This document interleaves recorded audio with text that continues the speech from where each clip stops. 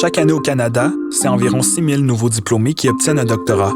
Pourtant, seulement le quart d'entre eux auront une carrière de professeur d'université. Comment se préparer en vue d'un poste en dehors du milieu universitaire? Je pense que c'est une question qu'on se pose tous lorsqu'on est au doctorat, surtout vers la fin. Qu'est-ce qui va arriver? Quels sont les choix qui s'offrent à moi? Le premier conseil que je pourrais donner aux étudiants gradués ou qui terminent, c'est ne paniquez pas. Premièrement, il faut anticiper, c'est-à-dire savoir exactement si on a envie de rejoindre le monde du travail après un doc ou si on a envie de continuer dans la recherche. Je pense qu'après un doctorat, on doit créer ces opportunités dans le but de trouver l'emploi qu'on désire avoir. J'utiliserais le mot agressif, mais dans le bon sens du terme. Là. Je pense que quand on est passionné, vous voulez quelque chose, il faut aller le chercher.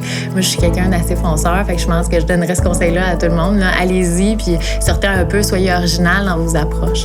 C'est pas en envoyant des CV dans des compagnies que vraiment les gens vont dire « Ah, je vois cet individu-là qui va fitter dans le poste ». Des piles de CV, les gens en ont plein. Fait qu'il faut se démarquer, puis une façon de se démarquer, c'est d'être original. Là. Fait que peu importe le truc que vous trouvez.